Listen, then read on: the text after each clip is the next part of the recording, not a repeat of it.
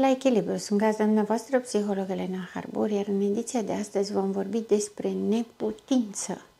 Neputința nu este un subiect plăcut pentru nimeni, dar este cel mai mare pericol în abuzul psihologic și emoțional. Abuzul există pentru dominare, iar dominarea nu poate fi validată decât dacă există supunere.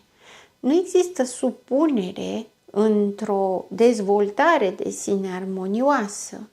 Una este să respecti părerea altcuiva, să faci și ca altcineva, să fii de acord și cu altcineva, să respecti existența unei alte persoane diferită de tine.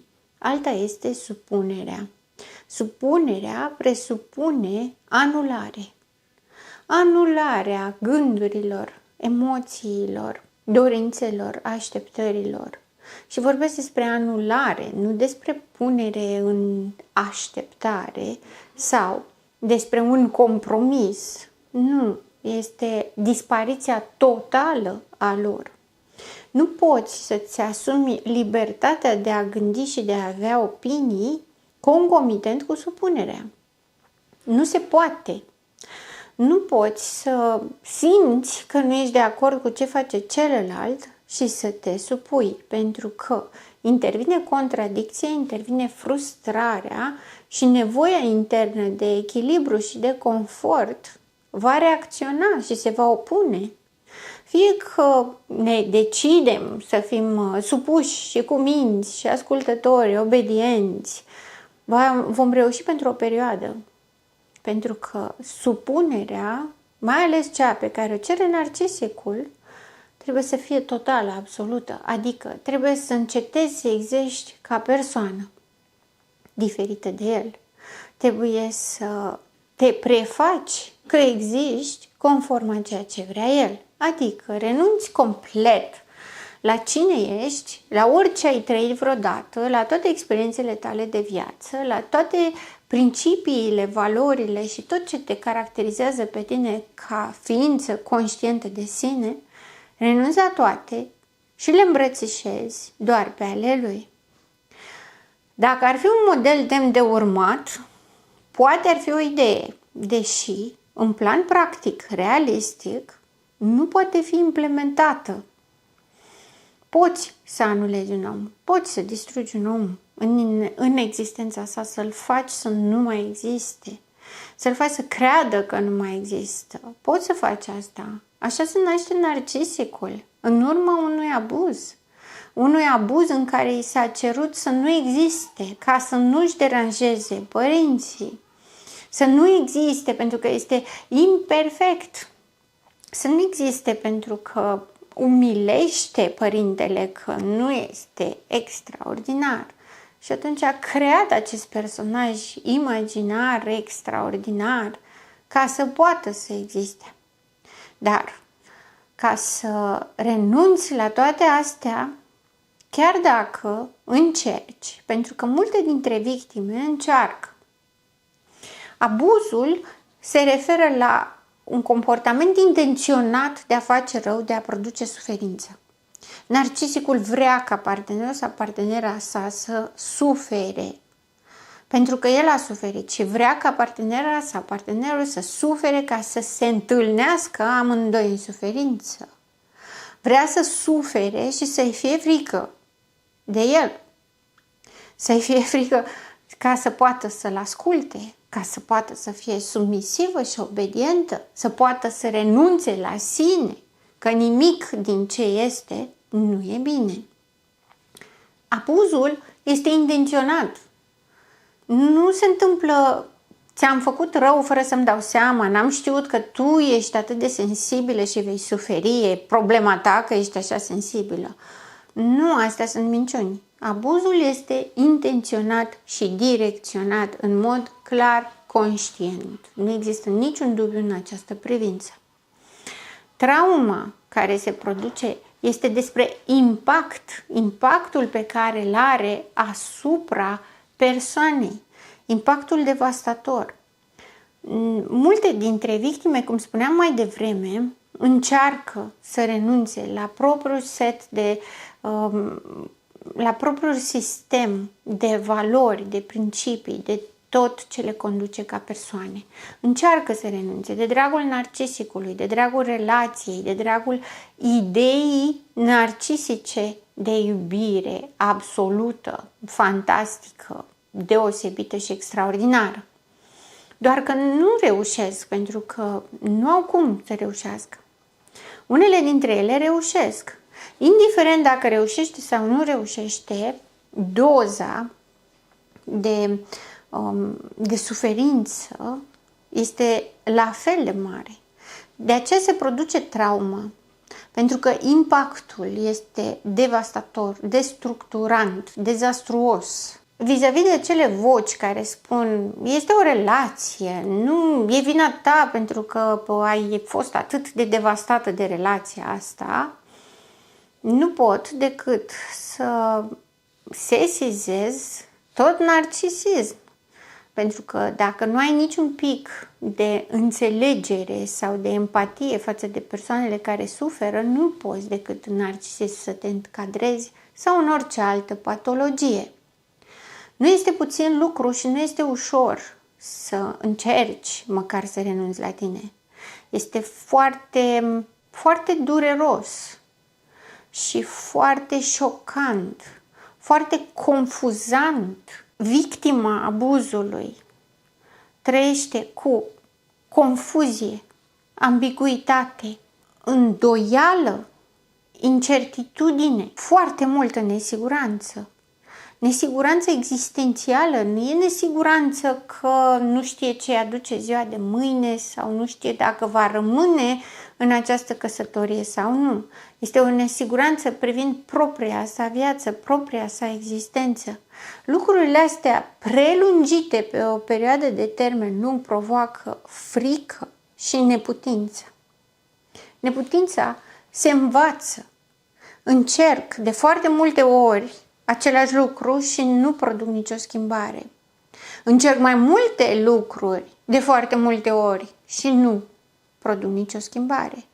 Indiferent ce metodă aplic, ce tactică, ce strategie, indiferent câte eforturi fac, tot nu se schimbă nimic. Creează și se învață sentimentul de neputință.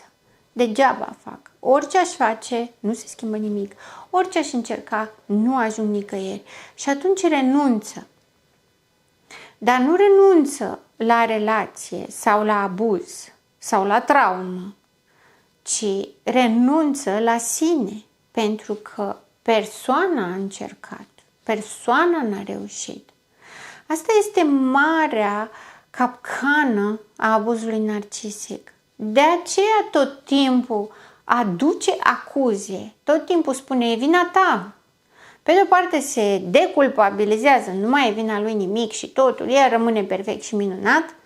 Pe de altă parte, întotdeauna țintește ca, fiind vina celuilalt, să ajungă în această stare de neputință și să renunțe la orice efort, să se doneze 100%, adică submisivitatea să fie asigurată.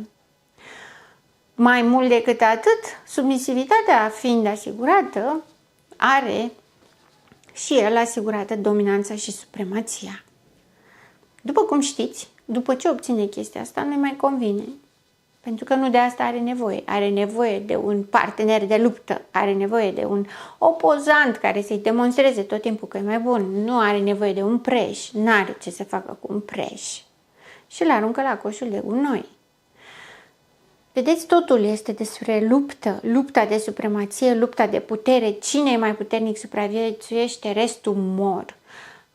Da, vrea să-și omoare victima, psihic, emoțional, metaforic, uneori și în realitate.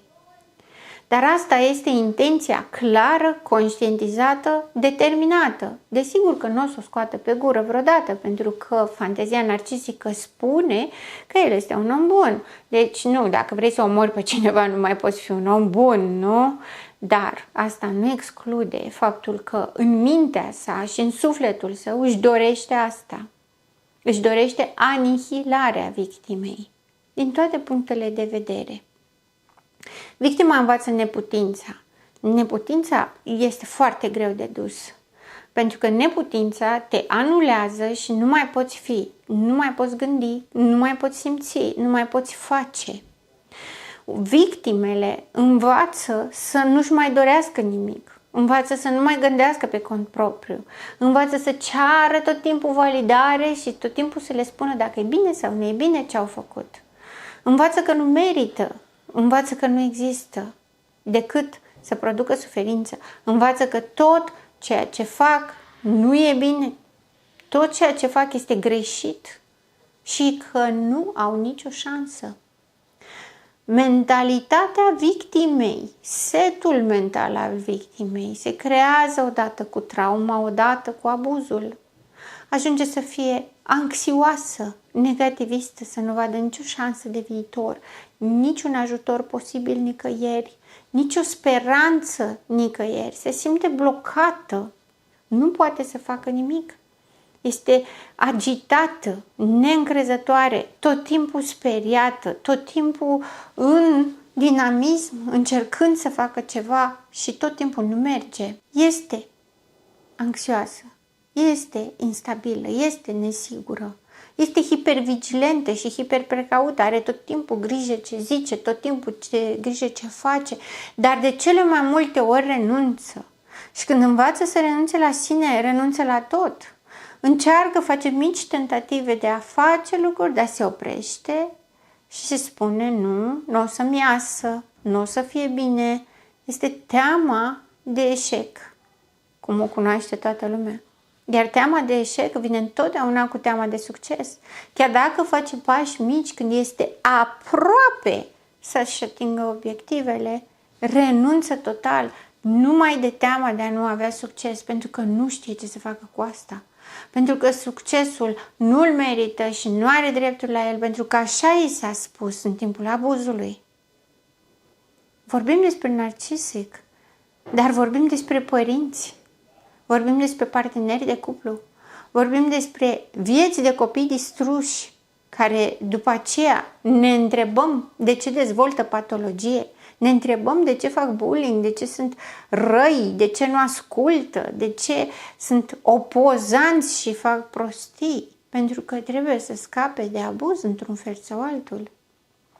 Vorbim despre adulți care, chiar dacă sunt persecutați, rămân în relații pentru că se simt incapabili să iasă. Se simt incapabili să facă față unei lumi amenințătoare. Dacă în relația de familie, unde părintele meu trebuia să mă protejeze, aici nu merit, aici nu sunt în stare să...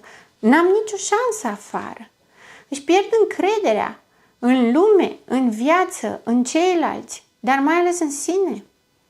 Se simt și sunt blocați. Nu este simplu lucru. Și nu avem dreptul să judecăm și să etichetăm, să spunem că e vina lor că n-au plecat, că ia uite ce lume minunată și câte oportunități sunt. Cum să le vadă dacă niciodată n-au fost lăsați să vadă? Cum să ne permitem să judecăm neputința altcuiva atâta timp cât noi n-am trecut pe acolo? Cum ne permitem să judecăm sau să etichetăm neputința altcuiva atâta timp cât nu știm despre ce este vorba? Trauma, abuzul, asta creează neputință pentru submisivitate, pentru dependență, pentru minți bolnave care își doresc să fie totul și să anihileze pe ceilalți ca să poată să fie deasupra. Ați văzut, ați auzit de multe ori și mai ales în mediile competitive îi distruge pe ceilalți ca să poată să câștige un anumit loc. Asta înseamnă. Îi acuzăm pe ceilalți că n-au luptat înapoi? Păi dacă ar lupta toată lumea înapoi, unde s-ar ajunge? Pe de altă parte, lupta înapoi nu așa trebuie să se ducă. Nu suntem care pe care pentru că nu facem altceva decât să le dăm apă la moară, să-i validăm că sunt suficient de importanți încât să luptăm cu ei. Nu. Trebuie să luptăm în a ne păstra pe noi. Trebuie să ne luptăm în a nu ne pierde niciodată. Și dacă am învățat să fim neputincioși, trebuie să învățăm să putem. E greu, foarte greu, dar se poate, pentru că este învățată. La fel și frica este învățată. Anxietatea este doar un produs al minții, nu există. Avem senzori de plăcere, de durere, de cald, de rece, dar frica este imaginație, este o anticipare a unui viitor periculos, dar care nu se întâmplă. Anxietatea este o frică în absența obiectului. Cu atât mai mult imaginație. Învățăm să ne fie frică din cauza abuzului. Nu trebuie să învățăm să nu ne fie frică în fantasmă, cum face narcisicul și psihopatul. Ideea nu este să nu ne fie frică, ci ideea este să fim ancorați în realitate. În realitate putem, cu limitele de rigoare. Sănătatea este mult mai dificil de păstrat și de obținut decât patologia. E ușor să fim nebuni, e ușor să facem tot ce ne trece prin cap, fără limite, fără consecințe, fără nimic. E ușor să le facem rău celorlalți.